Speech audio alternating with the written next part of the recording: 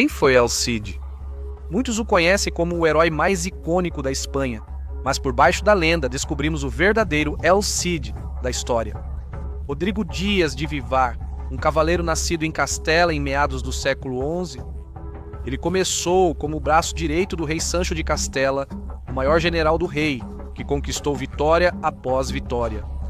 Mas após a morte de seu rei em circunstâncias suspeitas, El Cid foi banido do reino de seus pais e se tornou um capitão mercenário a serviço do emir muçulmano de Zaragoza.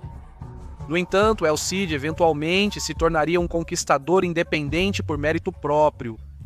Finalmente, El Cid lutaria contra uma das forças mais poderosas da época, o aparentemente invencível Império Almorávida do Marrocos.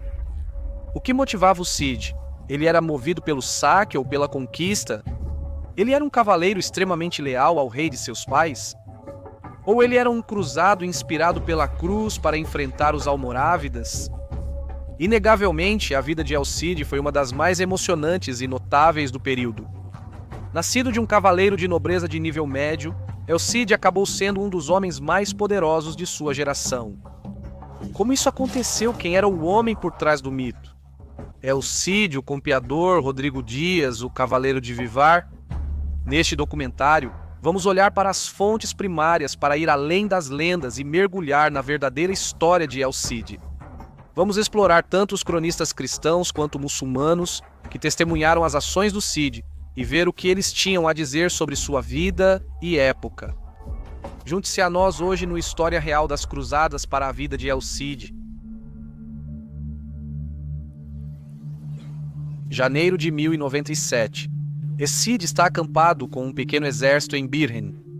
No momento, eles estão cercados. Um enorme exército almorávida os rastreou ao longo da costa leste da Espanha e agora está posicionado em terreno elevado, bloqueando seu caminho. Enquanto isso, do mar, navios almorávidas disparam flechas no acampamento cristão, encurralando-os. Entre os homens de El Cid, há um clima sombrio. Como eles podem derrotar esse enorme exército almorávida? No entanto, Rodrigo Dias El Cid não se intimida. Ele cavalga entre as fileiras de seus homens e profere o seguinte discurso: Ouçam-me, meus queridos e mais próximos companheiros. Vocês devem ser fortes e poderosos na batalha. Mantenham-se firmes. Vocês devem ser destemidos. Não recuem perante o número de inimigos. Hoje, nosso Senhor Jesus Cristo os entregará em nossas mãos e em nosso poder. E assim, liderando seus cavaleiros, El Cid entra na batalha, em desvantagem numérica, mas cheio de coragem. Qual será o resultado? Fique ligado para a história completa.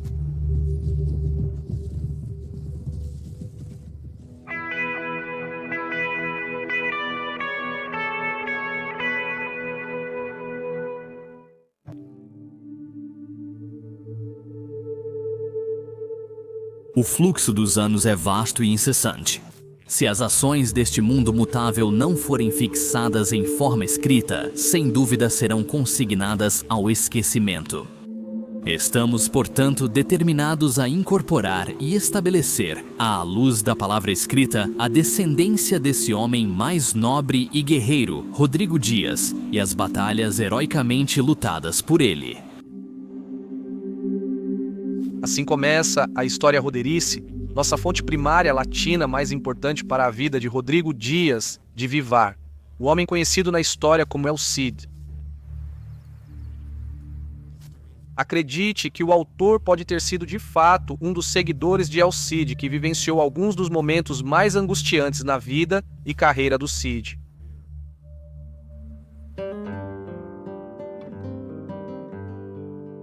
Por volta de 1043 d.C., na aldeia de Vivar, a cerca de 6 milhas ao norte de Burgos, no reino espanhol, cristão de Castela, um menino nasceu para Diego Lainez, um cavaleiro de distinta ascendência castelhana.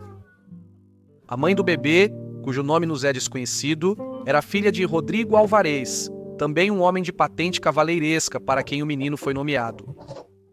Nosso primeiro texto escrito sobre El Cid, o poema latino Carmen Campi Doctoris, diz que ele provém de uma família mais nobre. É a mais antiga de Castela. Segundo o historiador Richard Fletcher, essa fraseologia indicava educadamente que Rodrigo não pertencia à alta aristocracia.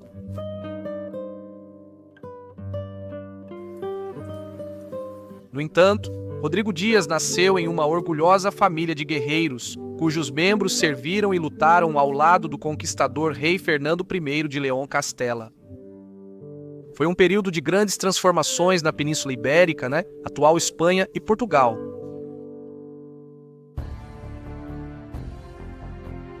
Fernando foi o primeiro rei cristão na Espanha, desde os visigodos, a governar como uma grande potência.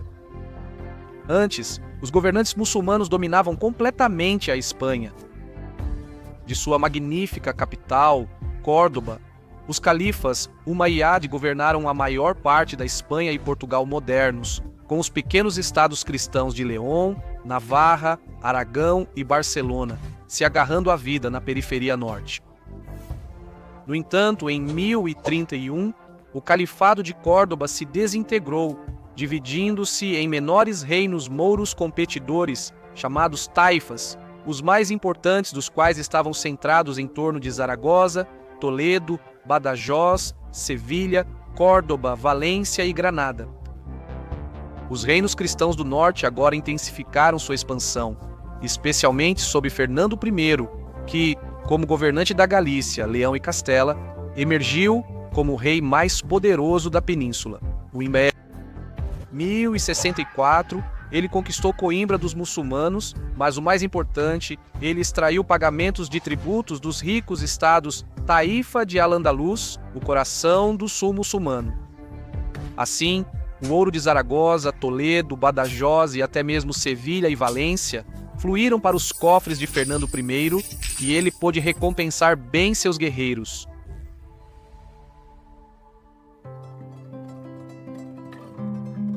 Neste enérgico tribunal do rei Fernando I, cresceu o jovem Rodrigo Dias, onde ele era companheiro de armas do filho mais velho do rei, Sancho, herdeiro de Castela.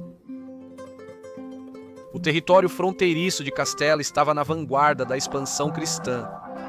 Como o resto do norte cristão, Castela não tinha as opulentas e ricas cidades da Espanha muçulmana, com seus vastos distritos repletos de alimentos gourmet, roupas de seda caras, jardins de prazer luxuosos e poetas e estudiosos.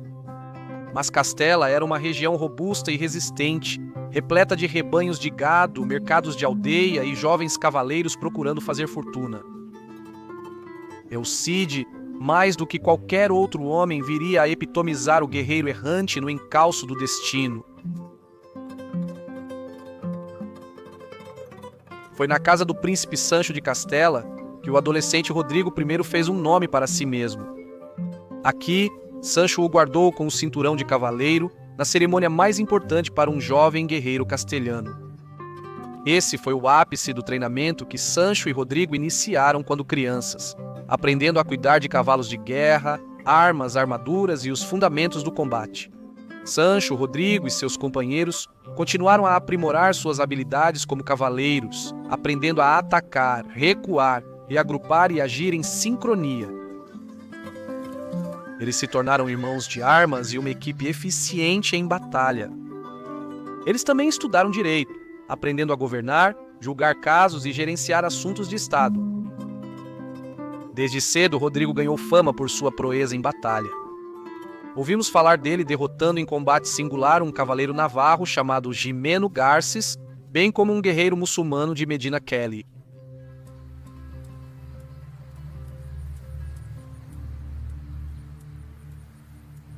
Antes de Fernando I morrer em 1065, ele dividiu seu reino entre seus filhos. Seu filho do meio, Alfonso, tornou-se Alfonso VI rei de León, enquanto Sancho se tornou rei de Castela. É claro que o recém-coroado rei de Castela passou a depender muito de seu cavaleiro de Vivar, pois Sancho nomeou Rodrigo seu alferes, comandante de suas forças armadas. Essa era uma grande honra para um cavaleiro de uma família de nível médio, o que pode ter despertado inveja em alguns membros mais nobres da corte. Como alferes, Rodrigo carregaria a espada, lança e escudo do rei durante as cerimônias. Ele supervisionava as tropas da casa do rei, o núcleo do exército real. Rodrigo era responsável por recrutar, treinar e supervisionar esse grupo frequentemente indisciplinado de jovens guerreiros. Ele também atuava como principal conselheiro militar do rei Sancho. Indiscutivelmente, ele era o braço direito do rei. Possivelmente, neste período, Rodrigo ganhou o primeiro de seus títulos lendários, Campi Doctus, ou, na forma romântica, Campeador. Este termo tem origem no final do mundo romano, onde se referia a um instrutor de treinamento regimental, literalmente professor do campo de batalha. Isso alude à competência de Rodrigo como tático e líder de homens.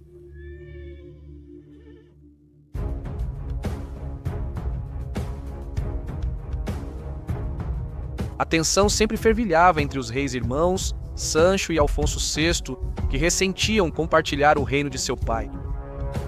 Mas quando sua mãe, a rainha Sancha, morreu em 1067, essa tensão explodiu em guerra aberta. Como comandante das forças armadas de Sancho, o próprio Rodrigo liderou os castilhanos contra o rei Afonso VI de León. A cada momento, Sancho e Rodrigo tinham a vantagem, derrotando Alfonso na Batalha de Lantara em 1068 e na Batalha de Gualpegera em 1072. Nesta segunda batalha, o rei Alfonso foi capturado. Sancho agora assumiu a coroa de Leão, e assim Castela e Leão foram unidos mais uma vez. Alfonso foi libertado e foi para o exílio na corte do governante muçulmano Al-Mamun Taifa, o emir de Toledo.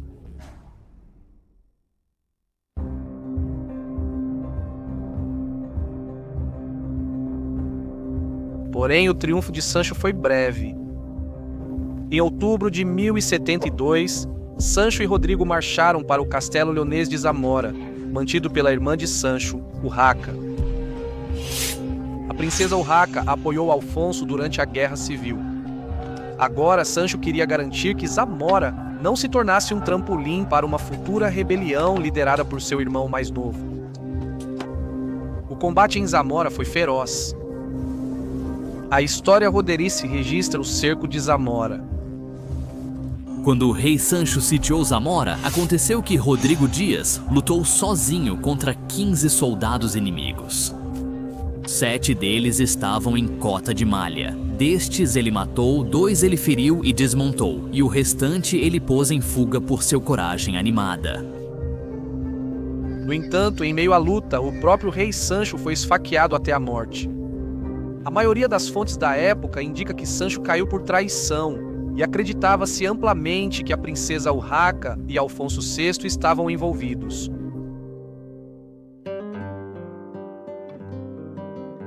Mas não havia provas. A suspeita parece ter sido maior entre o círculo íntimo de Sancho, liderado pelo próprio Rodrigo. No entanto, Afonso VI agora era o herdeiro incontestável. Ele viajou para a cidade real de León, onde foi coroado rei de todo o reino de León Castela. Mais tarde, a lenda conta que Rodrigo insistiu que Alfonso jurasse na Bíblia que não havia se envolvido na morte do rei Sancho. Mas as fontes originais não dizem nada sobre isso. A história Roderick registra rei. Alfonso o recebeu com honra como seu vassalo e o manteve em seu séquito com muito respeito e afeto. O rei deu-lhe uma de suas parentes como esposa, a senhora Ximena, filha do conde Diego. E de Oviedo. De fato, Afonso VI organizou um casamento prestigioso para Rodrigo. Do ponto de vista de Alfonso, isso ajudou a unir diferentes partes de seu reino e ajudou a estabelecer boa vontade entre o séquito de seu falecido irmão. O casamento é um sinal de que Alfonso desejava promover um lugar em sua corte para Rodrigo, apesar de sua história tumultuada. Alfonso certamente tinha uso para um homem tão capaz como o campeador.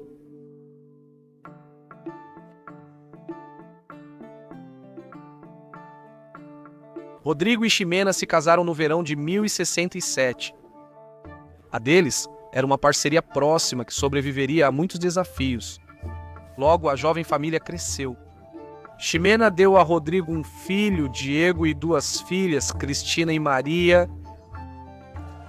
mas Rodrigo nunca mais alcançaria a alta posição que desfrutava sob Sancho. Alfonso reservou os cargos mais altos para seu círculo próximo. Alfonso concedeu o papel de alferes a Gonzalo Dias, um dos magnatas leoneses do rei.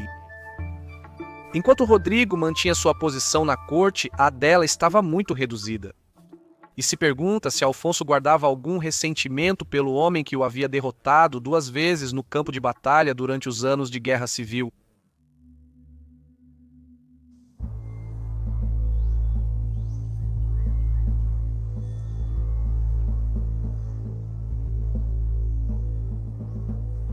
Uma vez que ele garantiu o controle de Leão e Castela, o rei Afonso VI retomou o sistema de parrilas de seu falecido pai, a extração de pagamentos de tributos dos estados taifa muçulmanos das regiões mouriscas da Espanha, ou seja, Al-Andalus. Em algumas circunstâncias, os próprios governantes muçulmanos buscavam proteção de Alfonso. Al-Mamun, o governante muçulmano de Toledo que uma vez deu abrigo a Alfonso, morreu em 1075 e seu neto, Al-Qadir, tornou-se emir.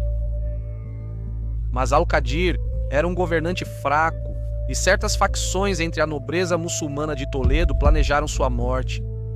Al-Qadir buscou ajuda do rei Alfonso, que concordou em garantir o regime do emir em Toledo em troca de novos pagamentos de tributos e a rendição dos castelos de fronteira de Zorita, Ruega e Canales.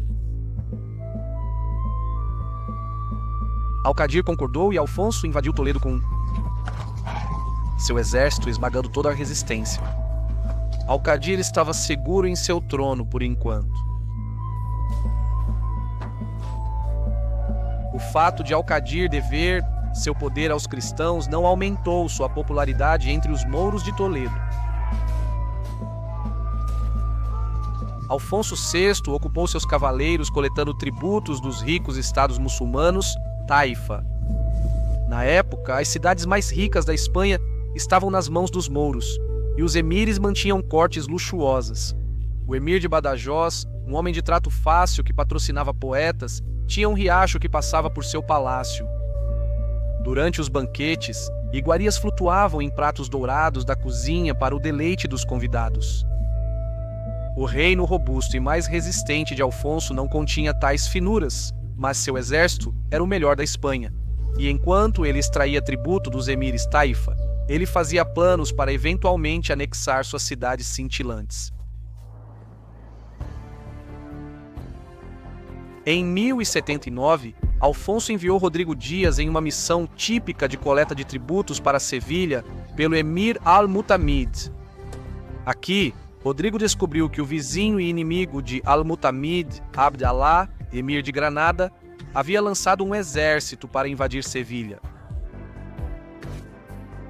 Esta força de invasão era liderada por vários cavaleiros cristãos, entre eles membros de alta patente da nobreza leonesa castelhana, mais notavelmente o conde Garcia Ordonés, Fortun Sánchez e Lopes Sánchez. O status desses cavaleiros cristãos liderando o exército de Abdalá é debatido pelos historiadores. Bernard Riley acredita que o conde Garcia Ordonés estava no exílio na época e servia como capitão mercenário para Abdala. Richard Fletcher crê que o conde Garcia liderava uma embaixada ao rei Alfonso para recolher tributos de Granada. Seja como for, a história rodeirice nos diz que El Cid enviou cartas ao emir de Granada e aos cristãos que estavam com ele, pedindo-lhes pelo amor ao seu senhor, rei Alfonso, para não se voltarem contra o emir de Sevilha, nem entrar em seu reino. A carta de Rodrigo não teve efeito sobre Garcia e seus companheiros, que continuaram seu avanço. Al-Mutamid estava histérico e implorou a El Cid para proteger suas terras. El Cid, protegendo o tributário de Alfonso, partiu com seus cavaleiros e os mouros de Al-Mutamid. Ele lutou contra o exército de Garcia na Batalha de Cabra, outro dos muitos confrontos que tornariam o Cid famoso. O Carmen Camp Doctores, nosso primeiro poema de El Cid, relembra o marco. O médico extravagante triunfou novamente e foi mestre do campo, pois esta foi sua segunda batalha, na qual Garcia e muitos outros foram capturados. Este local chama-se Cabra e seu acampamento também foi tomado. Como diz o poeta, Rodrigo capturou muitos prisioneiros prestigiosos, incluindo Garcia Ordóñez e Lopes Sanches. De acordo com o Código Militar da época, Rodrigo resgatou seus cativos por pesados resgates e depois os libertou. Al-Mutamid de Sevilha cobriu o Cid com presentes próprios, bem como o tributo devido ao rei de Leão Castela. Rodrigo retornou ao tribunal de Alfonso em esplendor. Todo o episódio levanta muitas questões. Garcia Ordóñez estava em Granada. Se ele era o emissário de Alfonso enviado para coletar tributos, então por que ele se juntaria ao emir de Granada para atacar outro dos tributários mouros do rei? Devido à história um tanto tumultuada entre Alfonso e Rodrigo, alguns especularam que talvez o incidente tenha sido uma armadilha orquestrada pelo próprio Alfonso. Mas a maioria dos historiadores duvida disso. Certamente Alfonso não queria colocar em risco a coleta de tributos, e tanto Sevilha quanto Granada pagavam parilas para Leão Castela.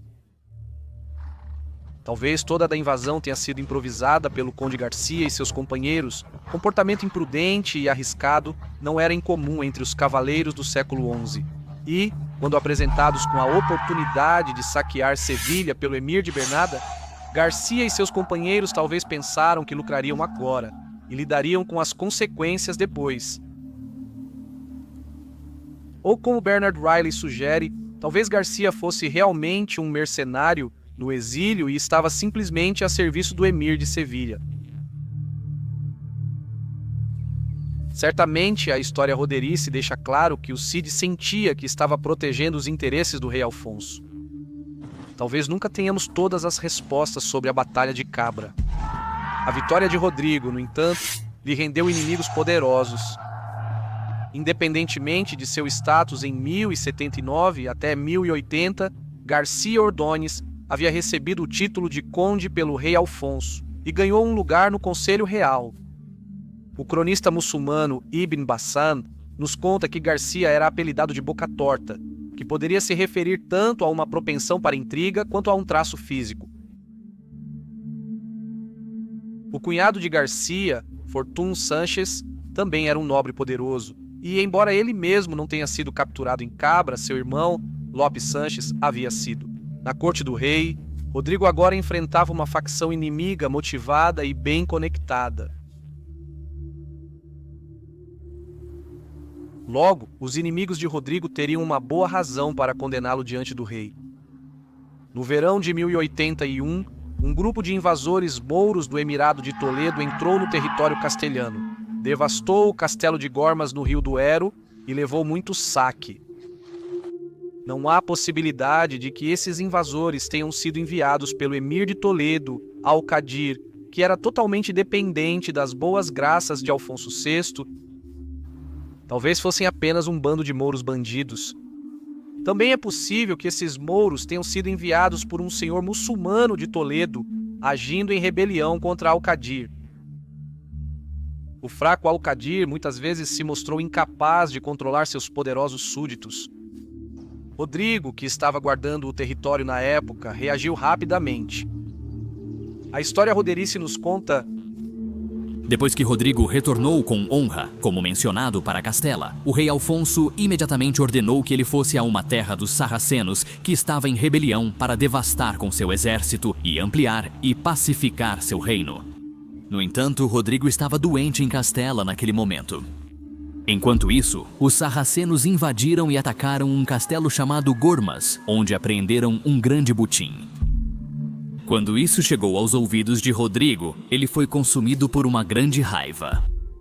Ele reuniu seu exército e todos os seus cavaleiros bem armados e saqueou e devastou a terra dos sarracenos, na região de Toledo. Novamente, temos mais perguntas do que respostas. A tropa de invasão sarracena era uma banda de salteadores ou uma força enviada por um senhor sarraceno rebelde? Rodrigo lançou seu contra-ataque por ordens do rei Alfonso? O contra-ataque de Rodrigo violou o protetorado de Alfonso sobre o emir de Toledo? As fontes não nos permitem tirar conclusões firmes. O que é certo, no entanto, é que a invasão de Rodrigo a Toledo foi o catalisador para o seu exílio. Garcia Boca Torta e seus aliados convenceram o rei Alfonso de que as ações do Cid colocavam em perigo o protetorado de Toledo de Leão Castela. Mesmo hoje, o argumento deles tem peso. Mesmo que o próprio Alfonso tivesse ordenado a invasão, se isso minasse o patrocínio de Alfonso a Alcadir, Rodrigo teria sido um bode expiatório conveniente. Talvez Alfonso tenha ordenado a invasão e Rodrigo tenha ido longe demais. Talvez Rodrigo tenha agido sem o consentimento do rei. Seja como for, o resultado foi o mesmo. Alfonso baniu El Cid de Leão Castela.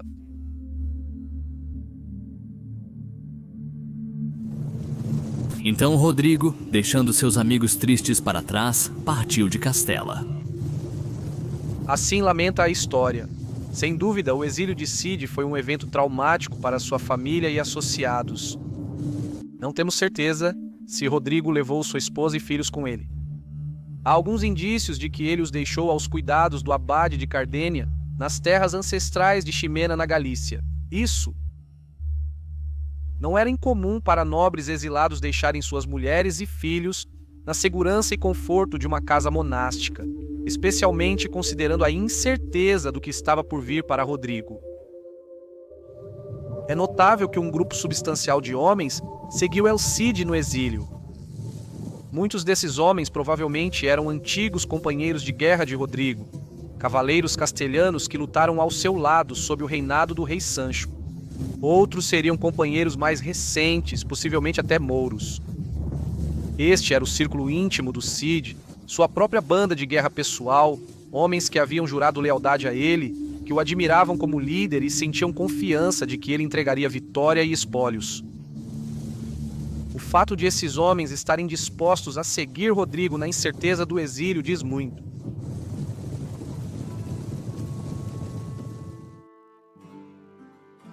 Não havia dúvidas sobre a carreira que o Cid seguiria no exílio. Enquanto ele era um líder de guerra, com uma banda de guerra para prover, ele venderia sua espada por aluguel. Inicialmente, ele procurou trabalho com outros poderosos líderes cristãos espanhóis. Aragão, como o principal rival cristão de Leão Castela, provavelmente não era uma opção viável. E assim, Rodrigo viajou mais para o leste até a corte do conde de Barcelona. Aqui, o conde Raimundo Berengário II rejeitou a oferta de serviço do Cid. Tendo esgotado todas as opções cristãs, Rodrigo voltou-se para os mouros. Ele viajou para Zaragoza, para a corte de Al-Muqtadir, com quem o Cid já havia lidado antes como agente do rei castelhano. Al-Muqtadir certamente conhecia a reputação de Rodrigo como líder de guerra. Como tributário de Leão Castela, Zaragoza era uma boa opção para o Cid, mantendo-o dentro da órbita de sua terra natal. Al-Muqtadir recebeu Rodrigo com honra, aceitou sua oferta e o cobriu de presentes. O Cid agora era um capitão mercenário para um príncipe mouro. O emir Al-Muqtadir era um homem culto que se interessava por astrologia, geometria e filosofia. Ele construiu 2 magníficos palácios em Zaragoza, um dos quais sobrevive e nos permite vislumbrar a esplêndida corte onde o Cid passou seu exílio. Em 1081, quando El Cid chegou, o idoso emir estava com a saúde debilitada e dividiu seu reino entre seus 2 filhos. Em 1082, Al-Muqtadir morreu e seu filho, Yusuf Al-Muqtamin, tornou-se governante da metade ocidental do reino, tendo Zaragoza como sua capital. Enquanto isso, o outro filho, Munir al-Haib, assumiu o trono do reino oriental, baseado em Dénia, Tortosa e Lerida. Como esperado, os 2 filhos não ficaram satisfeitos com o arranjo. Eles se odiavam e começaram a fazer guerra um contra o outro. Talvez Rodrigo Dias sentisse que estava destinado para sempre a ficar no meio de um conflito fratricida.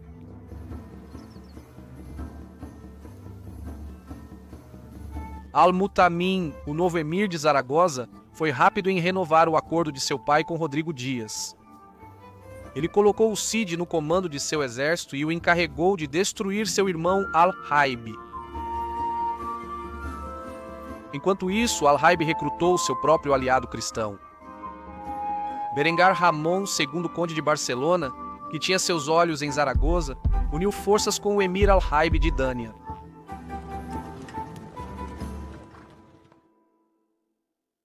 O dia do acerto de contas chegou. O conde de Barcelona e Al-Raib lideraram uma invasão conjunta ao território de Zaragoza pelas montanhas do Nordeste, exatamente o território defendido por El Cid. Com um grande exército, a coalizão Barcelona-Denian sitiou a fortaleza montanhosa de Almanar, que Rodrigo havia recentemente reformado. O Cid inicialmente tentou negociar, mas Al-Raib recusou. Sem outra opção, Rodrigo avançou com seu exército. Uma batalha se seguiu. Os detalhes do confronto nos são desconhecidos, mas o Cid obteve uma vitória espetacular. Como sempre, a confiança de seus seguidores e sua competência como líder trouxeram resultados positivos. Mais uma vez, o Cid fez prisioneiros prestigiosos, entre eles o próprio conde de Barcelona.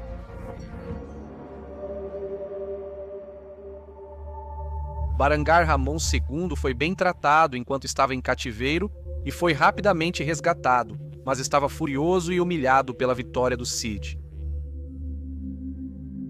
Mais uma vez, Rodrigo fez um poderoso inimigo.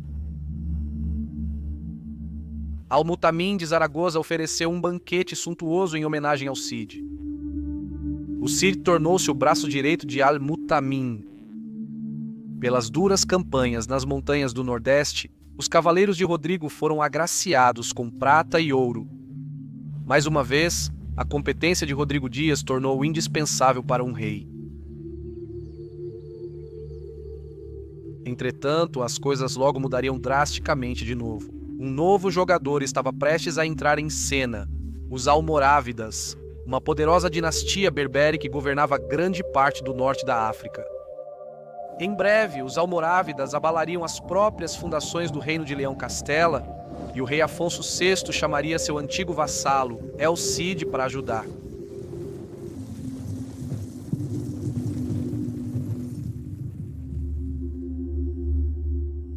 Antes de continuarmos com a história de El Cid, precisamos olhar para dois eventos-chave que impactaram sua vida: a conquista cristã de Toledo em 1085 e a Batalha de Sagraz em 1086, na qual Afonso VI enfrentou os poderosos Almorávidas do Marrocos.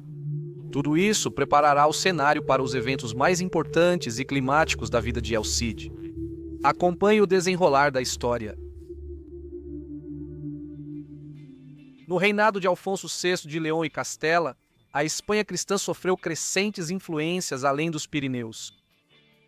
Monges franceses trouxeram as observâncias cluniacenses e cavaleiros franceses vieram para lutar contra os mouros. Em meio à reforma gregoriana, o papado exercia sua influência de forma mais intensa. Os papas reformados, Alexandre II, 1061 a 1073, e Gregório V II, 1073 a 1085, demonstraram interesse ativo na reconquista, priorizando o reforço dos esforços espanhóis contra os mouros. Alexandre II ajudou a organizar a Cruzada de Barbastro em 1064, cerca de 3 décadas antes da Primeira Cruzada. Foi essa expedição, e não a Primeira Cruzada, que incluiu o que pode ser considerado a primeira indulgência de cruzada sancionada papalmente. Nas palavras do Papa Alexandre, aqueles cavaleiros destinados a partir para a Espanha, nós, pela autoridade dos santos apóstolos Pedro e Paulo, aliviamos sua penitência e concedemos a remissão dos pecados. Isso lembra a indulgência que os papas concediam aos cruzados durante os séculos XII e XIII.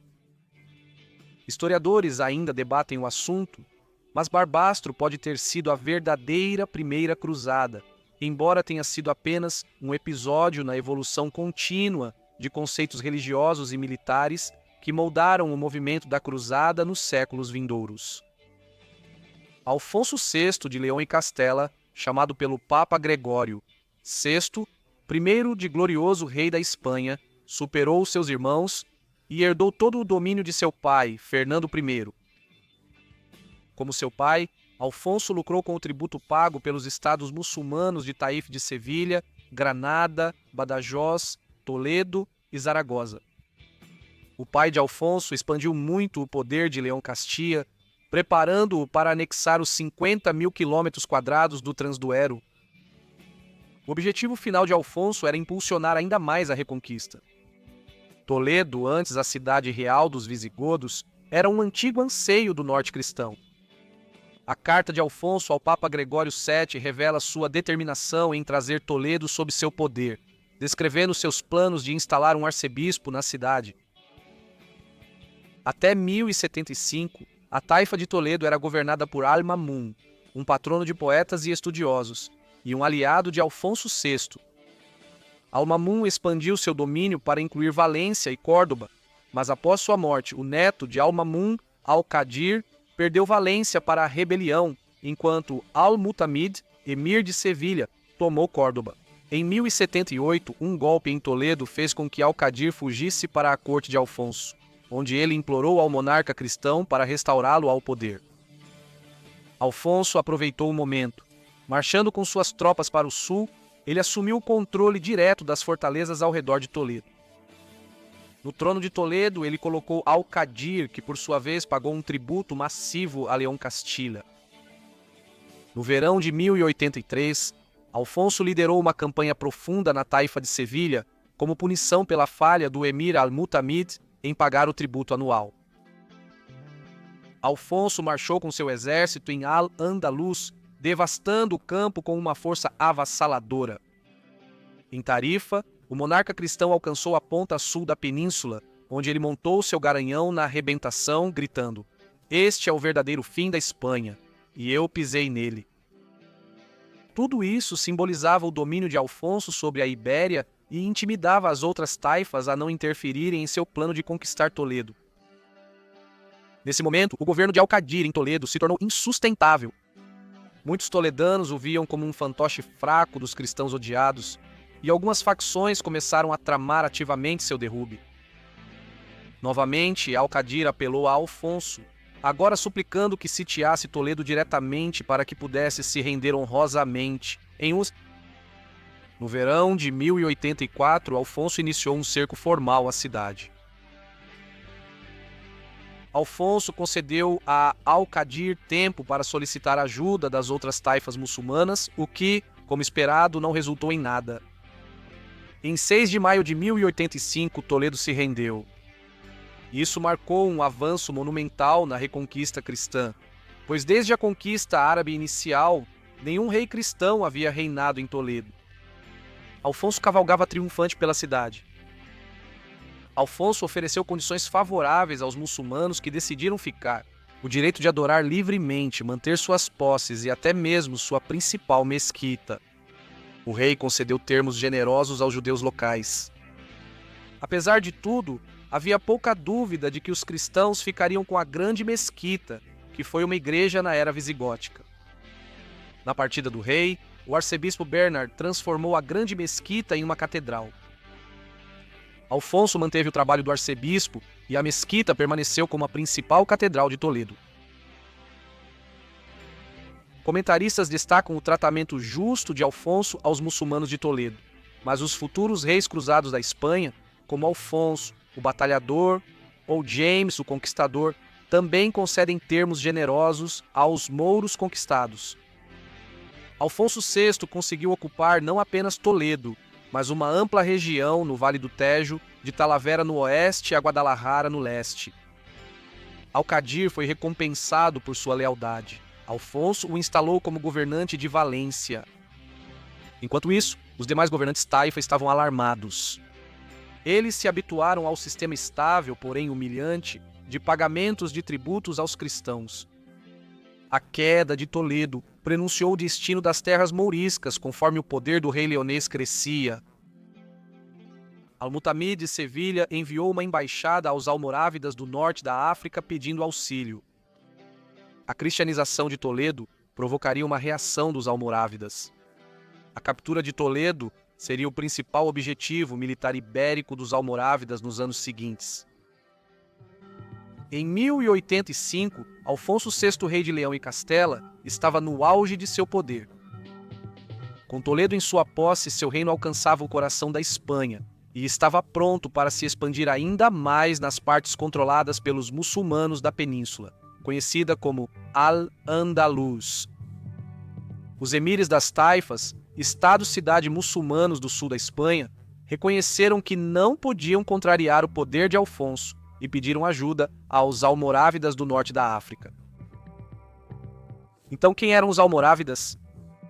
Os almorávidas eram uma seita berbere que combinava a disciplina militar com a observância estrita dos princípios fundamentais do Islã.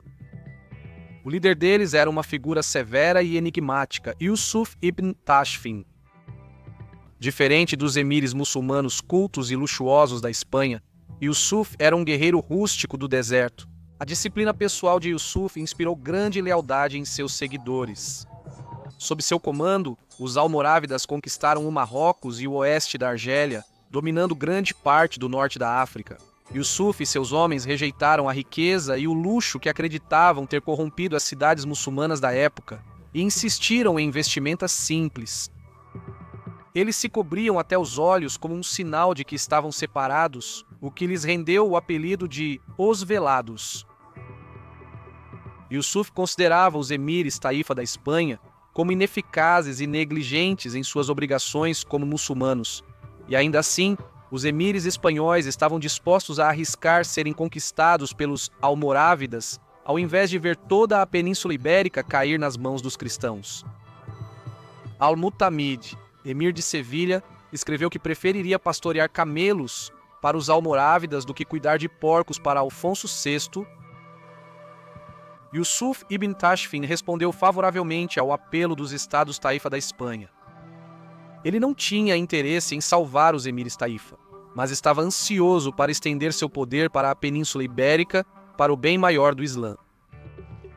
Yusuf reuniu um grande exército e desembarcou em Algeciras em 30 de julho de 1086, cerca de um ano, após Afonso VI ter conquistado Toledo. Em Sevilha, Yusuf fez um chamado a toda a Espanha islâmica para se unir a ele contra Afonso VI. Os emires de Sevilha e Granada uniram-se ao exército norte-africano em resposta. A coalizão muçulmana agora marchava em Badajoz. A prioridade de Yusuf era expulsar os cristãos de Toledo.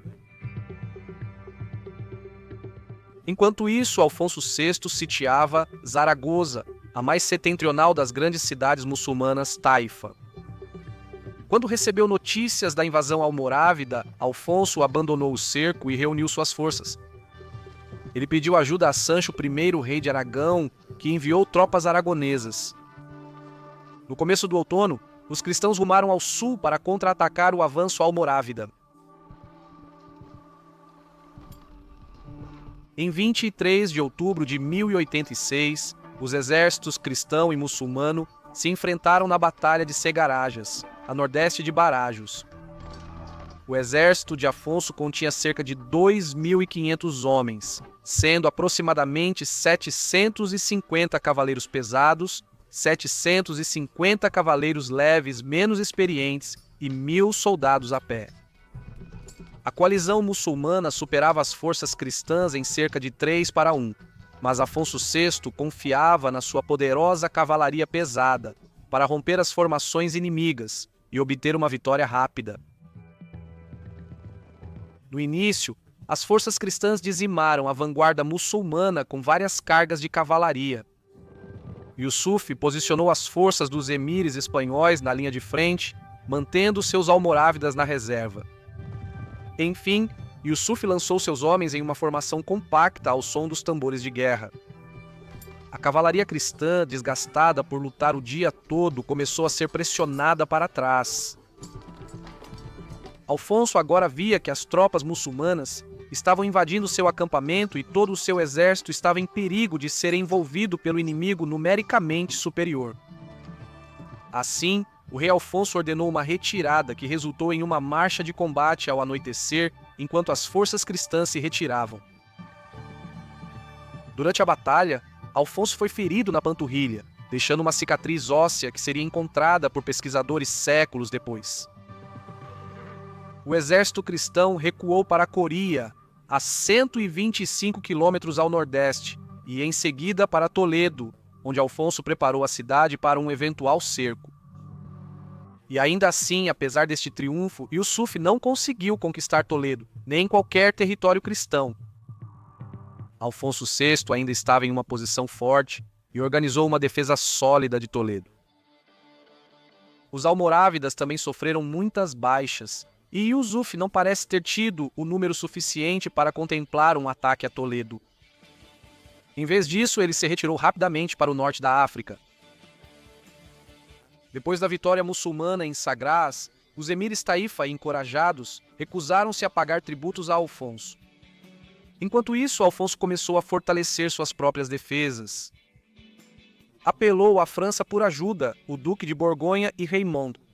Quarto Conde de Toulouse, um futuro líder da Primeira Cruzada, respondeu. Alfonso, aos 50 anos, era um homem velho. Para sua grande tristeza, ele ainda estava sem um filho para herdar seu reino. Assim, ele organizou um casamento com o Duque de Borgonha, no qual o filho do duque foi prometido à filha de Alfonso, a princesa Urraca. Ao mesmo tempo, Alfonso recebeu homenagem do rei Sancho de Aragão, que prometeu ajudar na defesa de Toledo. Alfonso garantiu relações importantes na França, enquanto unia o norte cristão contra a ameaça almorávida. Alfonso também renovou sua ofensiva. O cavaleiro El Cid, que havia sido exilado, foi chamado de volta ao serviço do reino de Leão Castela.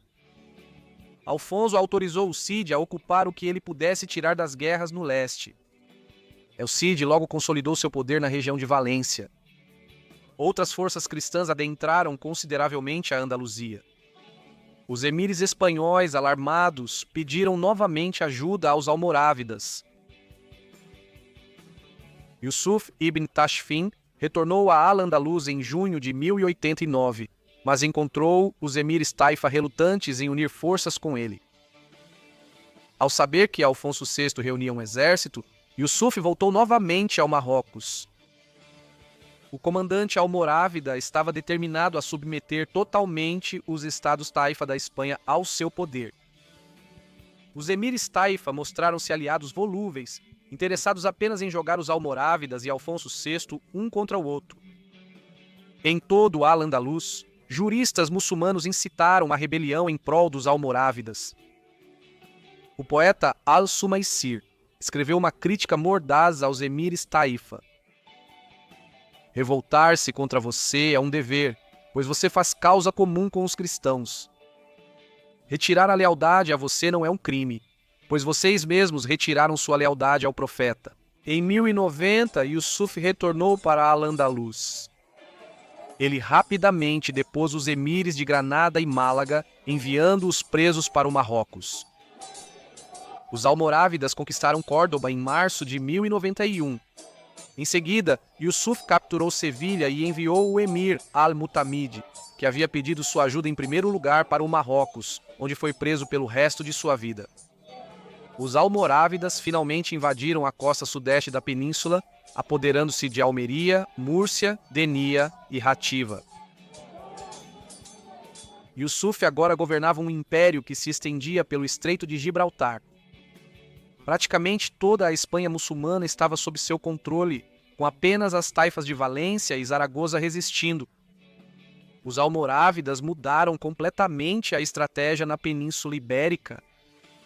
Os reinos cristãos do norte agora enfrentavam um Al-Andalus unido, reforçado pelo pleno poder do Império Norte-Africano de Yusuf.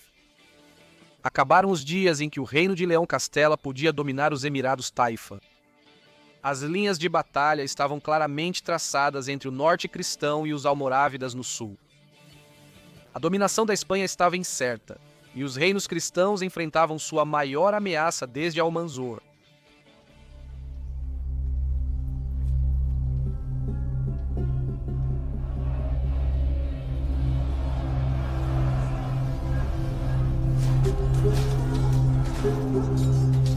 A vitória almorávida em Sagrajas em 1086 foi um momento crucial na história da Espanha na Era da Reconquista.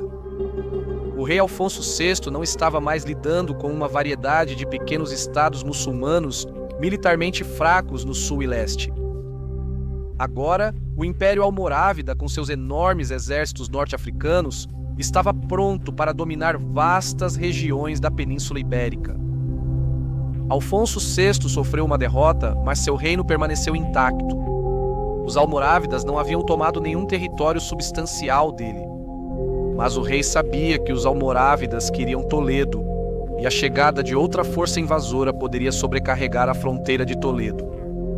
Dada a situação, Afonso chamou seu antigo general Rodrigo Dias, o Compuidor, El Cid.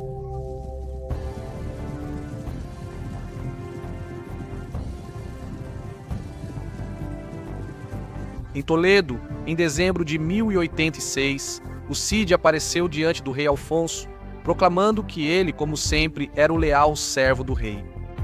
Afonso cobriu o Cid com privilégios, concedendo-lhe o comando de vários castelos castelhanos importantes.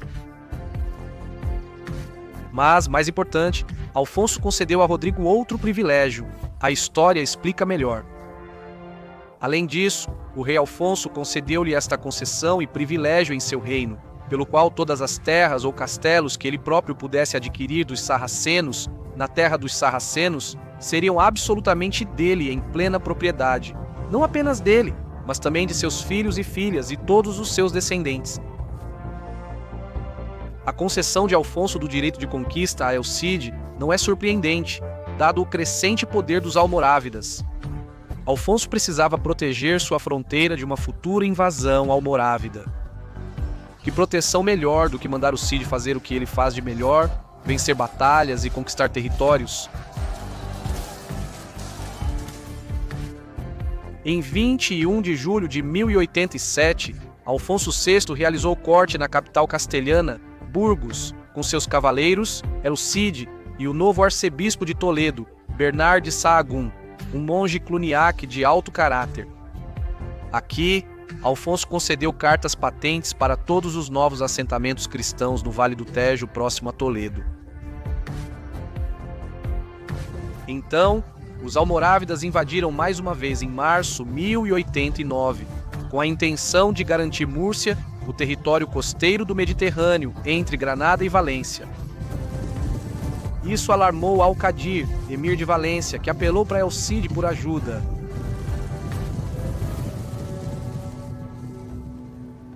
El Cid pediu ao rei Afonso permissão para ir em defesa de Valência, e Afonso concedeu. O Cid liderou 7.000 homens em marcha para o leste, restaurando o campo para o domínio de Afonso durante o percurso. Finalmente, El Cid garantiu Valência para o fantoche Mouro de Castiel. Em Múrcia, Yusuf ibn Tashfin sitiou o importante castelo de fronteira de Aledo, que era defendido por uma forte guarnição castelhana, liderada por Garcia Ximenes. De Castela, Afonso reuniu seu exército e partiu na longa jornada para aliviar Aledo. O rei pediu a El Cid para vir de Valência para se juntar a ele.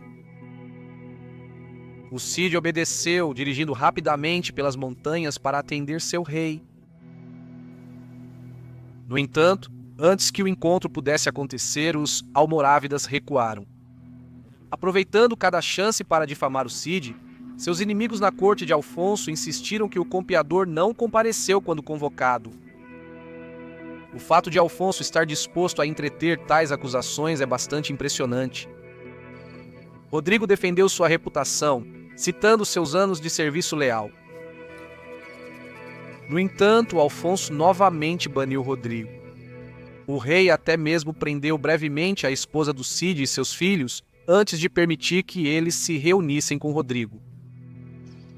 Questiona-se se agora, com a ameaça almorávida aparentemente diminuída, o rei estava ansioso para se livrar do campeador mais uma vez.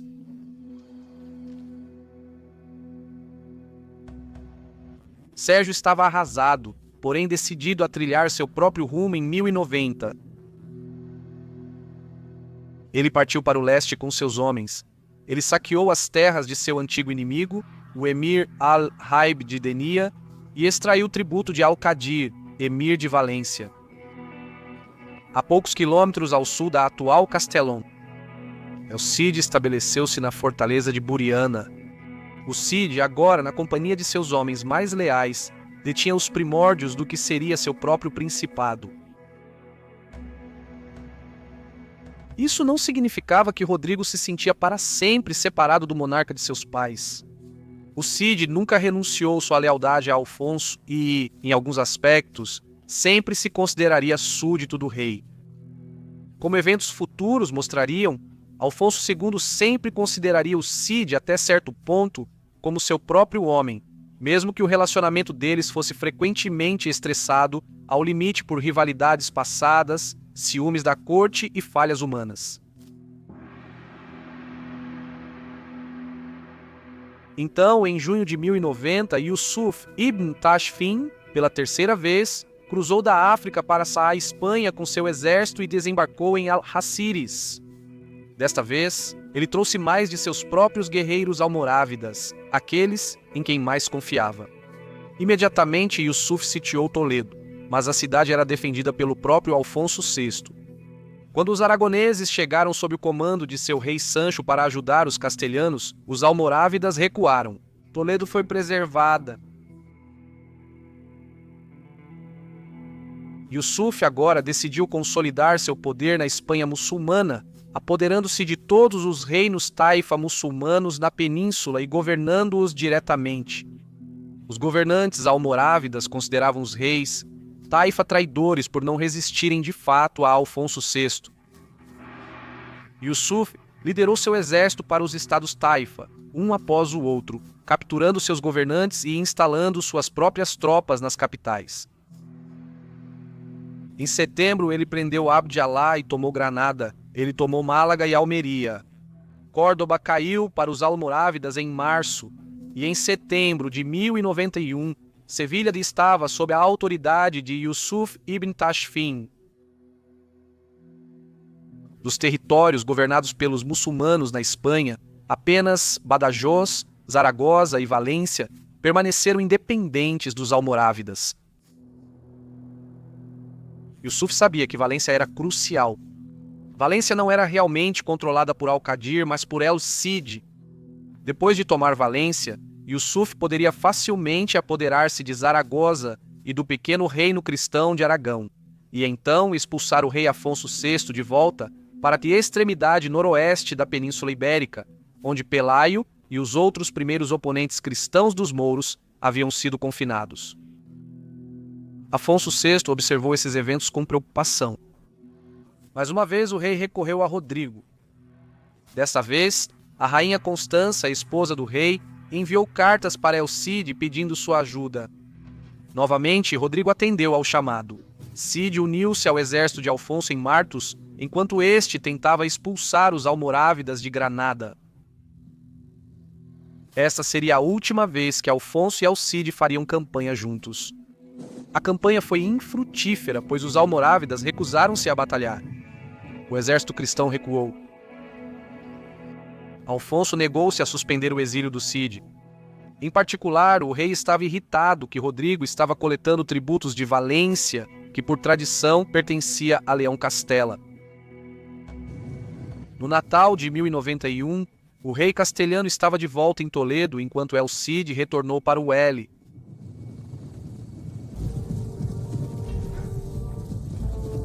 Cid sabia que um momento crítico estava em mãos. Ele cresceu com as histórias e canções da Reconquista e conhecia de cor as batalhas de Roderick, Pelaio, Alfonso o Casto, Alfonso o Grande e outros antigos heróis da Ibéria cristã. Um cronista muçulmano de Valência registra o Cid dizendo: "Um Rodrigo perdeu esta península, outro Rodrigo a salvará." Depois do Natal de 1091, El Cid formalizou uma aliança com o emir de Zaragoza, que estava ansioso para evitar o destino de outros reis mouros conquistados pelos almorávidas. Rodrigo também firmou uma aliança com o rei Sancho de Aragão e seu filho Pedro. Durante todo o ano de 1092, os almorávidas continuaram seu avanço implacável pelo sudeste da Espanha. Liderados por um dos filhos de Yusuf, os almorávidas tomaram Múrcia na primavera, depois Aledo, e no final do verão e outono Denia, Rativa e Alcira. Isso os trouxe a apenas 22 milhas de Valência. Enquanto isso, dentro de Valência, o avanço dos almorávidas provocou uma crise política. Ibn Jarrah, um nobre pró-almorávida rico, liderou uma revolta contra o fantoche de El-Cid al-Qadir. Os rebeldes de Ibn Jarrah logo dominaram a cidade. Al-Qadir se disfarçou de mulher e tentou escapar de Valência apenas para ser capturado pelos rebeldes que cortaram sua cabeça. Ibn Jarrah agora governava Valência e estava ansioso para receber uma guarnição almorávida. El-Cid recebeu notícias da queda de Valência ao mesmo tempo em que soube que Afonso VI havia sido novamente derrotado em batalha pelos almorávidas em Jaén. Foi um momento sombrio para Rodrigo, que reconheceu que os almorávidas agora tinham uma grande chance de tomar toda a Valência. O Cid mais tarde lembrou que, nessa hora desesperada, ele tinha pouco mais do que seu cavalo, sua espada e 4 pães. Rapidamente, o Cid sitiou e capturou o Castelo Cebola, que guardava a estrada ao sul para Valência. Aqui, ele foi acompanhado por fugitivos mouros de Valência que eram leais a Al-Qadir. Após fortificar Cebola, o Cid enviou uma carta para Valência, exigindo que Ibn Jarrah rendesse a cidade. Ibn Jarrah respondeu que intercederia junto aos almorávidas em nome de Rodrigo, pedindo que ele fosse mostrado misericórdia. A resposta de El-Cid foi um juramento solene para recapturar Valência.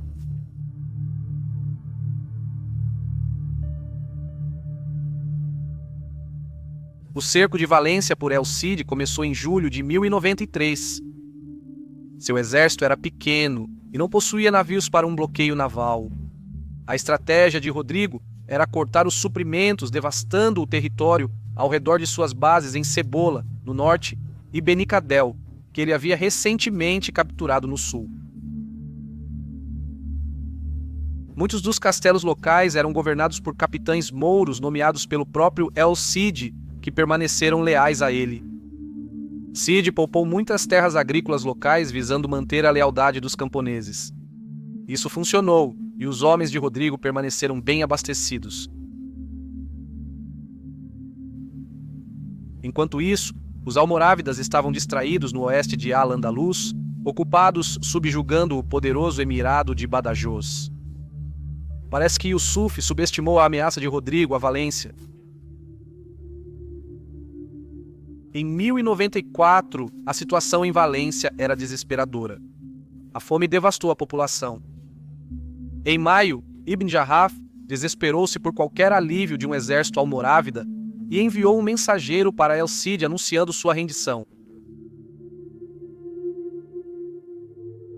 Na quinta-feira, 15 de junho de 1094, El-Cid entrou em Valência como seu conquistador.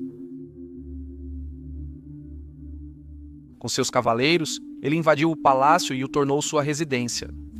Então, a esposa de Rodrigo, Ximena, junto com seu filho Diego e filhas Cristina e Maria, juntaram-se a ele na cidadela de Valência.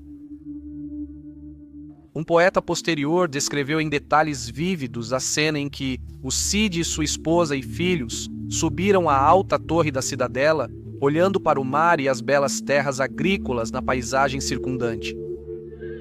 A visão do poeta provavelmente foi próxima da realidade. Valência era de fato uma cidade real, o coração de um dos distritos mais antigos e prósperos da Espanha. Para o Cid e sua família foi o triunfo supremo.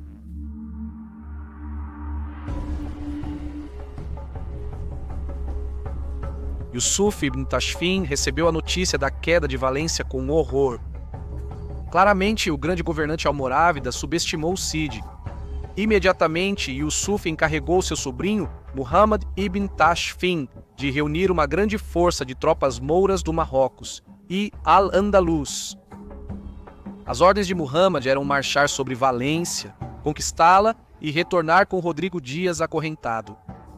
Yusuf queria ver o Cid lançado aos seus pés vivo.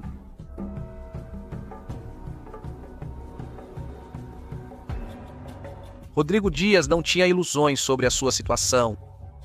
Ele rapidamente começou a garantir a segurança de Valência e seus castelos e cidades próximas. Infelizmente para o Cid, seu aliado mais próximo, o rei Sancho de Aragão, morreu em junho de 1094. O novo rei de Aragão, Pedro, filho de Sancho, encontrou-se com El Cid em Borriana e reafirmaram sua aliança. Contudo, Pedro estava ocupado tentando concluir o cerco de Huesca, começado por seu pai, e não podia enviar muita ajuda para Valência. Rodrigo até pediu ajuda ao rei Alfonso, e Alfonso concordou, embora estivesse ocupado lutando contra os almorávidas no oeste, perto de Badajoz. Alfonso enviou uma pequena força castelhana para ajudar o Cid, mas como se viu, eles não chegariam a tempo. E assim El Cid estava por conta própria. Até agora ele havia construído ao seu redor um grupo bastante substancial, incluindo um núcleo unido dos guerreiros castelhanos originais que estavam com ele desde antes do seu exílio. Seu grupo agora incluía soldados muçulmanos que conheceram o Cid durante seus anos supervisionando Valência, bem como muitos lutadores durões e errantes de toda a Espanha, e talvez até além. Homens que viviam por sua inteligência e suas espadas, e que reconheciam um bom líder de guerra quando viam um.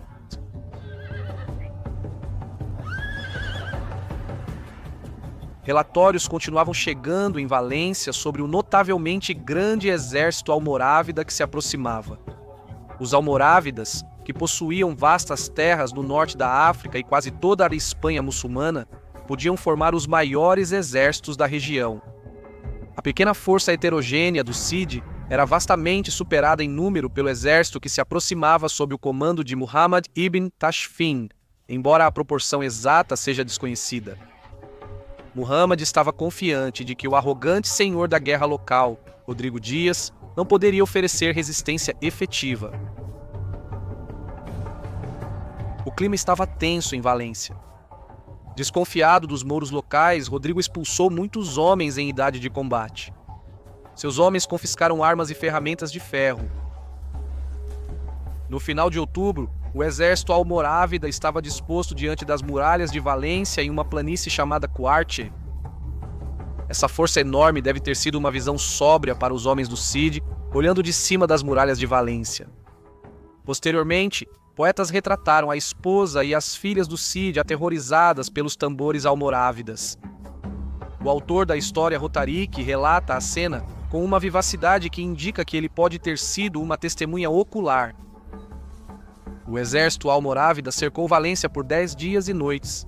Diariamente, eles rodeavam a cidade, gritando e berrando, com vozes variadas, enchendo o ar com rugidos e, frequentemente, disparando flechas nas tendas e moradias de Rodrigo e seus soldados. Mas Rodrigo, sempre corajoso, confortava e fortalecia suas tropas de maneira viril e constantemente orava fervorosamente ao Senhor Jesus Cristo para que enviasse ajuda divina ao seu povo. O cronista muçulmano Ibn al-Qama fornece os detalhes mais precisos sobre o curso e o plano de batalha do Cid. Rodrigo dividiu seu exército em 2. Ele despachou a primeira do portão principal. Acreditando que Rodrigo liderou essa divisão, os almorávidas enfrentaram o ataque com toda a força. No entanto, Rodrigo não estava com essa primeira força. Em vez disso, o campeador liderou uma segunda força, maior, através de um portão menor da cidade. Depois, se moveu sem ser visto para uma posição atrás do acampamento almorávida. Enquanto os almorávidas lutavam com a primeira divisão do exército de El Cid, o próprio Cid invadiu o acampamento de Muhammad. A súbita aparição de uma segunda cavalaria cristã, devastando e espalhando caos atrás das linhas almorávidas, provocou confusão entre as fileiras de Muhammad.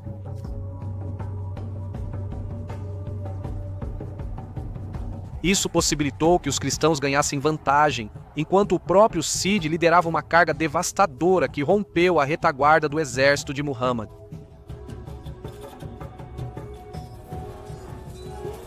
O pânico se espalhou entre os almorávidas e muitos mouros começaram a fugir. Isso se tornou uma derrota total, com os cavaleiros do Cid perseguindo e abatendo os homens dispersos. o exército de Muhammad teve perdas significativas. Rodrigo perdeu poucos homens e capturou o acampamento almorávida carregado de tesouros. Mais uma vez, os homens do Cid se encontraram vencendo uma vitória improvável e, mais uma vez, sua recompensa foram riquezas imensas: ouro, prata, têxteis, cavalos, mulas e armas. O Cid obteve uma grande vitória sobre os almorávidas na Batalha de Quarta. A notícia do triunfo se espalhou por toda a Espanha e além. Um escriba aragonês até datou uma carta. No ano em que os almorávidas chegaram a Valência, e Rodrigo Dias os derrotou e capturou todas as suas tropas. A Batalha de Quarta foi a primeira derrota em campo de batalha sofrida pelos almorávidas. Foi um grande impulso de moral para os cristãos da Espanha, que anteriormente temiam que os almorávidas fossem invencíveis. Yusuf ibn Tashfin ficou atordoado com a notícia da Batalha de Quarta. Ele mal podia acreditar que o vasto e esplêndido exército de seu sobrinho havia sido destruído por este renegado castelhano, El Cid. Ele jurou destruir este cristão problemático e trazer Valência sob o domínio almorávida. Com os almorávidas derrotados, El Cid tratou duramente os mouros que o desafiaram em Valência. Ele não mostrou misericórdia para Ibn Jarraf, a quem ele queimou vivo. Ele apreendeu toda a riqueza da facção de Ibn Jarraf e a usou para reforçar as defesas de seu principado, que ele sabia que logo seria atacado novamente por Yusuf ibn Tashfin.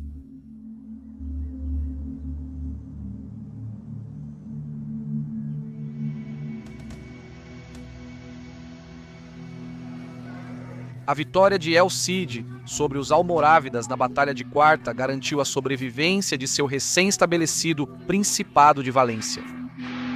Também foi um alívio para o reino de Leão Castela sob Alfonso VI. Claramente, Yusuf ibn Tashfin queria submeter todo o território que cercava o domínio de Alfonso VI. Yusuf conquistou quase todo o Al-Andalus. Valência era a única coisa que estava em seu caminho. Se Valência tivesse caído, Zaragoza logo seguiria o mesmo destino.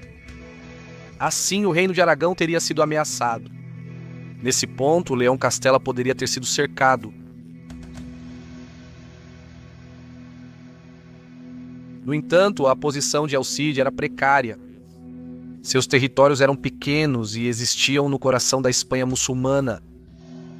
Ele tinha um bom relacionamento com o emir de Zaragoza, mas isso poderia ter mudado facilmente, especialmente se Zaragoza sentisse o poder total dos almorávidas à sua porta. Rodrigo sabia bem que tinha que agir rapidamente para garantir sua posição. O rei Alfonso VI de Leão Castela parece ter reconhecido o papel crucial que El Cid desempenhou na luta contra os almorávidas.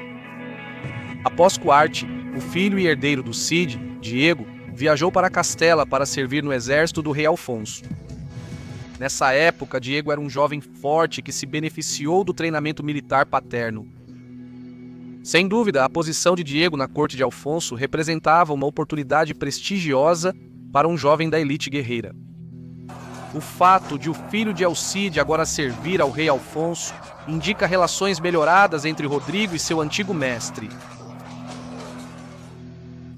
Historiadores discordam sobre a relação entre os dois neste momento. Ramon Mendes Pidal acreditava que El Cid não era nada menos que um vassalo de Alfonso, mantendo Valência em nome do rei. Richard Fletcher discorda e acredita que El Cid agia como um governante independente. Sabemos muito mais sobre as relações entre El Cid e o rei de Aragão nesse período. Os dois se uniram em uma aliança ainda mais próxima, protegendo os castelos um do outro e conduzindo operações militares conjuntas. O poder do rei Pedro de Aragão cresceu muito ao capturar Huesca em novembro de 1096, permitindo-lhe trabalhar proximamente com o Cid. Enquanto isso, Yusuf ibn Tashfin continuou a pressionar os reinos cristãos da Espanha.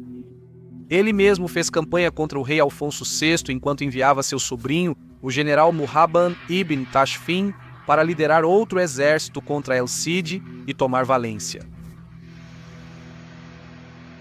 No final de 1096, o rei Pedro de Aragão juntou-se a El Cid para uma conferência em Valência. Rodrigo e Pedro decidiram combinar seus exércitos e marchar para o sul, onde reforçariam a crucial fortaleza de fronteira de Benicadel nas colinas entre Ativa e Denia. Enquanto El Cid e o rei Pedro marchavam para o sul, se aproximaram perigosamente do avançado exército de Muhammad. Como de costume, os almorávidas superavam em número seus oponentes cristãos. Chegando rapidamente a Benicadel, o Cid e Pedro reabasteceram o castelo com suprimentos e armas e designaram homens adicionais para a guarnição. Em seguida, lideraram suas tropas para o norte pela costa do Mediterrâneo em direção a Valência. Contudo, os batedores de Muhammad avistaram um exército cristão. O general almorávida enviou um mensageiro para sua frota, que navegava ao longo da costa, instruindo-os a navegar para o norte até Byron. Muhammad avançou rapidamente com seu exército. Superando os cristãos, os almorávidas ocuparam o terreno alto que se estendia em direção ao mar, bem no caminho da cavalaria de Rodrigo e Pedro. Muhammad posicionou suas forças brilhantemente. O Cid e seus aliados estavam em menor número e cercados.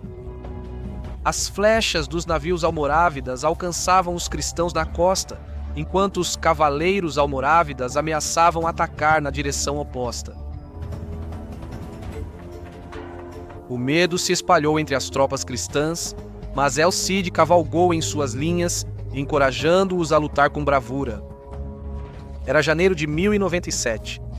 A história Rotarik registra as palavras do Cid para seus homens naquele dia. Ouçam-me, meus queridos e mais próximos companheiros. Sejam fortes e poderosos na batalha. Mantenham-se firmes, vocês devem ser destemidos. Não recuem diante do número de inimigos. Hoje, nosso Senhor Jesus Cristo os entregará em nossas mãos e em nosso poder. O Cid e Pedro adotaram uma abordagem direta. Liderando uma vanguarda de cavaleiros, eles lançaram um ataque feroz diretamente no exército almorávida. Como em quarta, o Cid usou o grande número de almorávidas contra eles. Muhammad não esperava isso, pois suas tropas foram pegas de surpresa pela audácia do ataque. A ferocidade da carga inicial fez a vanguarda almorávida se desfazer. Quando o resto do exército almorávida viu seus companheiros recuando, o medo se instalou e mais divisões começaram a se desfazer. El Cid e Pedro aproveitaram a vantagem, realizando várias cargas, rapidamente despedaçando o exército de Muhammad. Tão caótica foi a retirada almorávida que muitas das tropas de Muhammad se afogaram no rio. Os cristãos capturaram a totalidade do acampamento almorávida.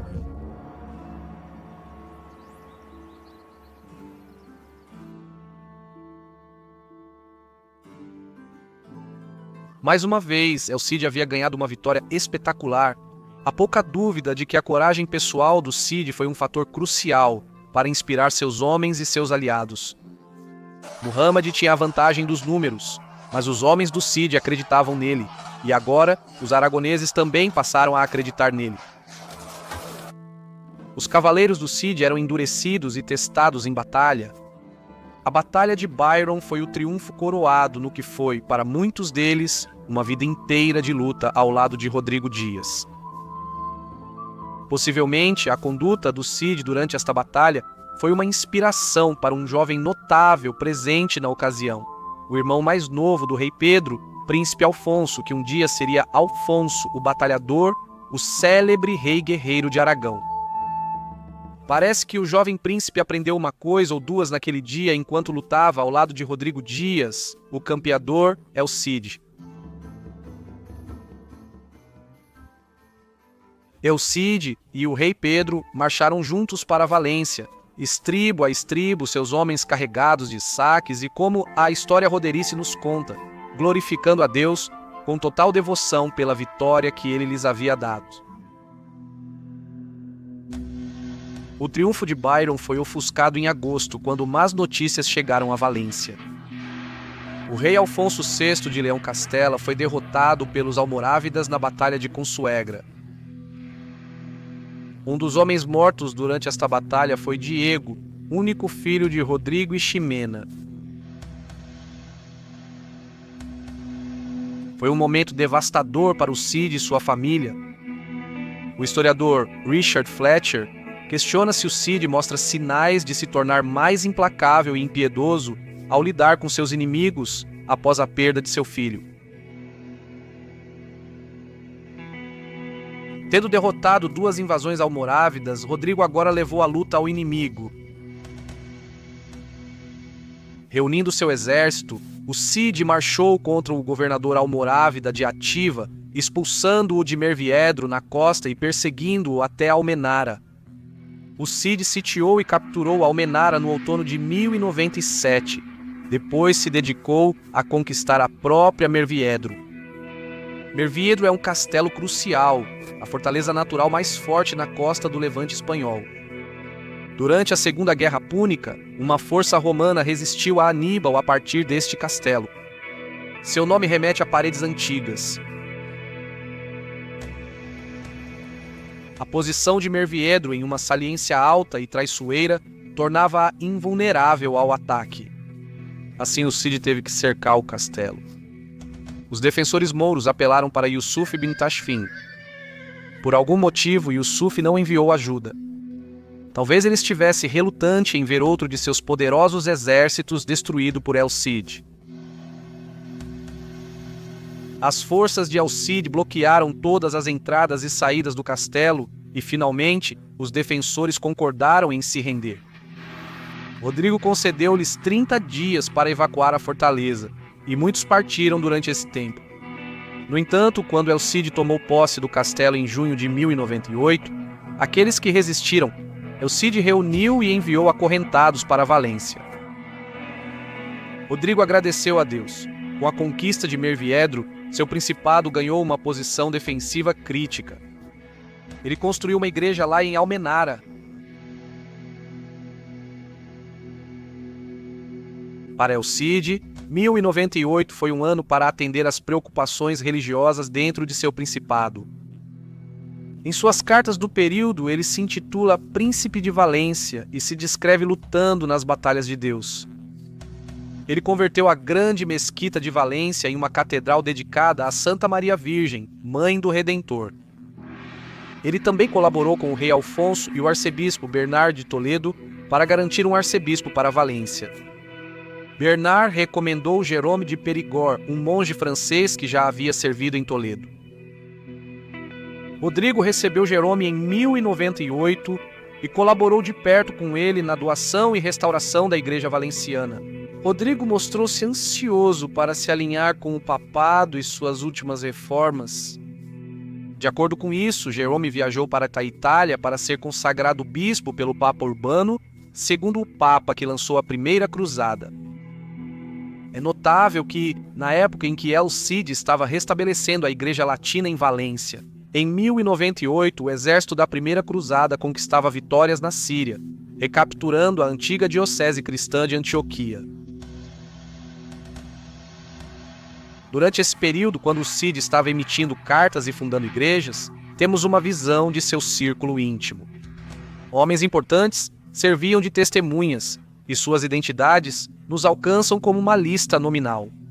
Ramiro, Nuno, Rodrigo, Martim, Diego, Fernando, todos nomes comuns no final do século XI na Espanha cristã latina. Quem eram esses homens? Sabemos apenas que esses eram os homens mais confiáveis pelo Cid, homens que certamente lutaram ao lado dele no calor da batalha. Esses homens eram lutadores, mas também administradores, conselheiros, aqueles que realizavam o trabalho do governo. Em 1099, o Cid havia esculpido um principado no coração da Espanha mourisca. Ele havia tomado Valência, o ganho mais importante da Reconquista desde a captura de Toledo, e havia garantido uma rede de castelos e cidades ao redor. Foi nesse ano, no auge de seu triunfo, que Rodrigo Dias, El Cid, morreu em sua cama na cidadela de Valência em 10 de julho, apenas 5 dias antes do exército da Primeira Cruzada, longe na Palestina, capturar a sagrada cidade de Jerusalém. Ele tinha cerca de 56 anos. Como os homens da primeira cruzada, Rodrigo era um aventureiro, um guerreiro audacioso que lutava por Deus, glória e riqueza. Nesta era rústica e belicosa não havia contradição nisso. Esta era uma época em que os guerreiros oravam a Deus pela vitória e consideravam a riqueza e o butim que ganhavam um presente do céu. Elcide estava tanto comprometido com seu próprio poder quanto com a causa cristã. Suas próprias cartas o descrevem como lutando nas batalhas de Deus, e a Astoria Roderich lembra suas invocações ao Senhor enquanto preparava seus homens para entrar na luta. Hoje, Elcide é às vezes descrito como um cavaleiro dos dois mundos, indicando que ele estava confortável lutando tanto para governantes muçulmanos quanto cristãos. Há alguma verdade nisso, mas também é razoável descrever Elcide como um proto-cruzado, um guerreiro aventureiro que lutou contra os mouros e estabeleceu o domínio cristão nos territórios que conquistou. O Cid passou algum tempo como capitão mercenário a serviço do emir de Zaragoza, mas acima de tudo, ele se via como um castelhano e como um cristão. Afonso VI reverenciava seu soberano, mesmo quando foi banido por ele. Mais notavelmente, o Cid não hesitou em erguer a cruz como símbolo de seu governo em cada cidade e castelo que ele conquistou. Ele converteu a grande mesquita de Valência em uma catedral e estabeleceu relações com o Papa para garantir que seu principado fosse incorporado à Igreja Latina. Cid era um governante cristão e governava dessa forma. Até mesmo um cronista muçulmano da época lembra Elcide dizendo: "A Rodrigo perdeu esta península, outro Rodrigo a salvará." O Cid estava se referindo à derrota do rei visigodo Roderick na batalha contra os conquistadores árabes da Espanha em 711. O Cid estava confortável em formar alianças com príncipes muçulmanos, assim como a maioria dos cruzados ao longo do período.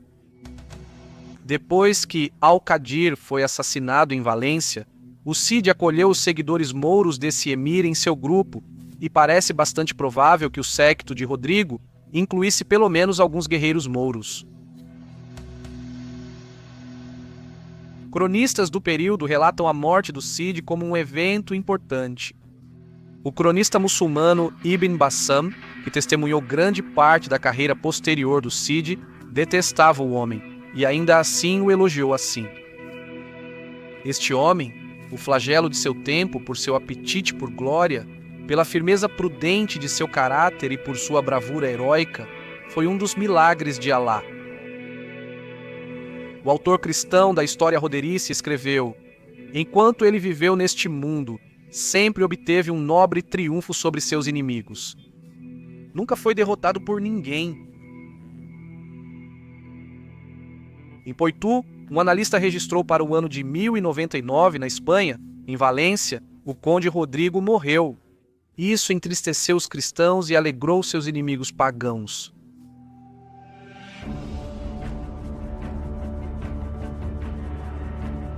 E isso levanta a questão: com o Cid ausente, seu principado sobreviveria? Os homens que lutaram ao seu lado se reuniram em torno de Ximena, a corajosa viúva do Cid, que não mostrou sinais de desistência. Em 1101, ela emitiu uma carta que mostrava seu espírito indomável, confirmando as concessões de seu marido à Igreja de Valência e proclamando que ela e os homens do Cid conquistariam mais vitórias com a ajuda de Deus. No entanto, Yusuf bin Tashfin viu sua oportunidade. Com o Cid fora, agora finalmente ele tinha certeza de que Valência cairia. No final do verão de 1101, um enorme exército almorávida chegou a Valência e sitiou a cidade. Ximena proclamou sua resistência, e os homens do Cid defenderam as muralhas com incrível valor. Podemos imaginá-los relembrando a coragem de Rodrigo enquanto lutavam pela cidade, conquistada por seu príncipe.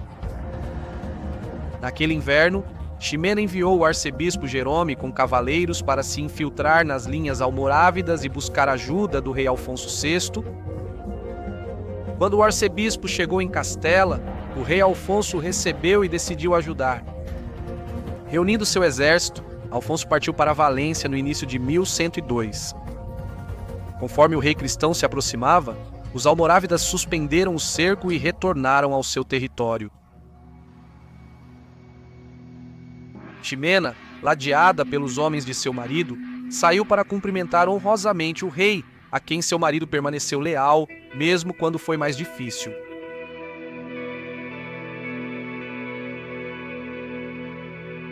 O rei Afonso VI nem sempre tratou o Cid de maneira justa, mas agora, com Rodrigo ausente, o rei lidou de maneira mais honrosa com o legado de seu antigo general.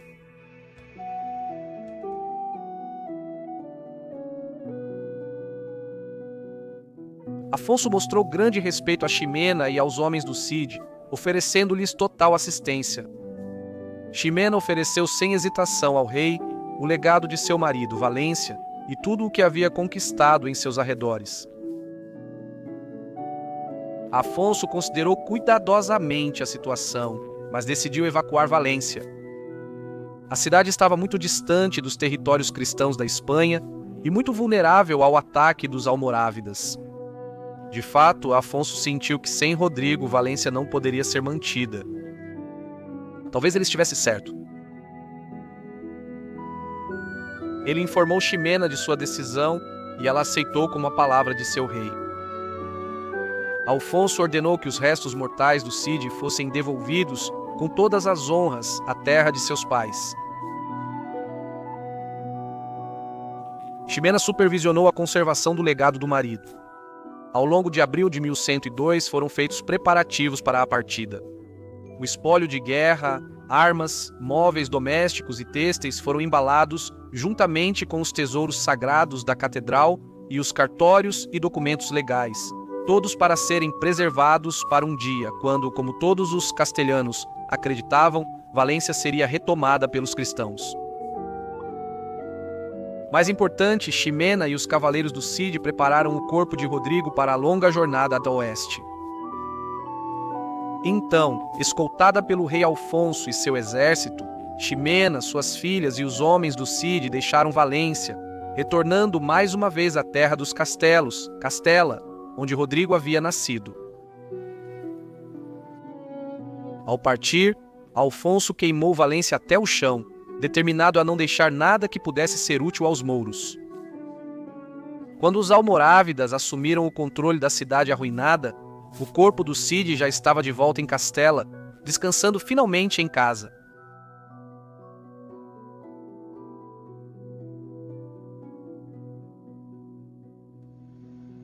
A conquista de El Cid provou ser efêmera, mas sua lenda perdurou.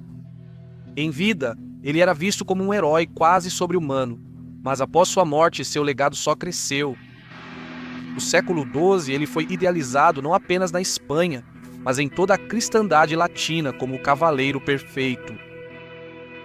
O belo poema épico é o Cantar de Meu Cid, a canção do meu Cid, que contém pouca história, mas uma abundância de lendas fantásticas, era recitado e apreciado em cortes por toda a Europa, consagrando o Cid como o ideal cavalheiresco. No entanto, por baixo da lenda está a realidade histórica de um homem notável que conquistou um reino com pouco mais do que sua inteligência, sua espada e um grupo de seguidores comprometidos. Em termos da reconquista, ele desempenhou um papel crucial. Embora suas conquistas não tenham perdurado, o Cid se colocou no caminho dos almorávidas em um momento em que Yusuf ibn Tashfin estava invicto. E se o Cid não estivesse lá?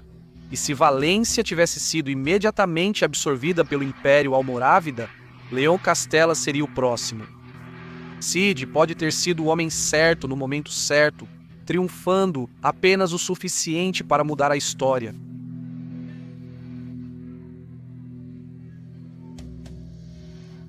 Obrigado por assistir.